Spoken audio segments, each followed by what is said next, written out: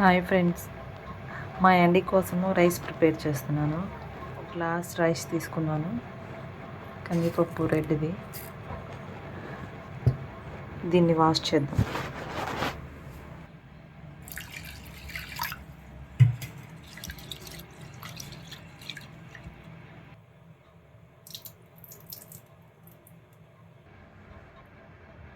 పప్పులోకి carrot rice. ముందుగా 1 spoon oil, కొంచెం జీలకర్ర,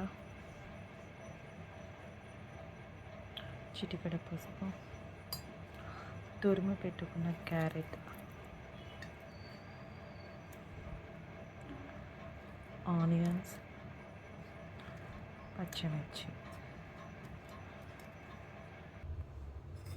స్టవ్ వెలిగించి గ్యాస్ మీద పెట్టేద్దండి. స్టవ్ పైన పెట్టి వచ్చేంత వరకు కొంచెం 3 విజిల్స్ అయిపోయాయి. ఒకసారి చూడండి. క్యారెట్ రైస్ కొంచెం సాల్ట్ వేసుకొని ఇలా స్మాష్ చేసుకోవాలి.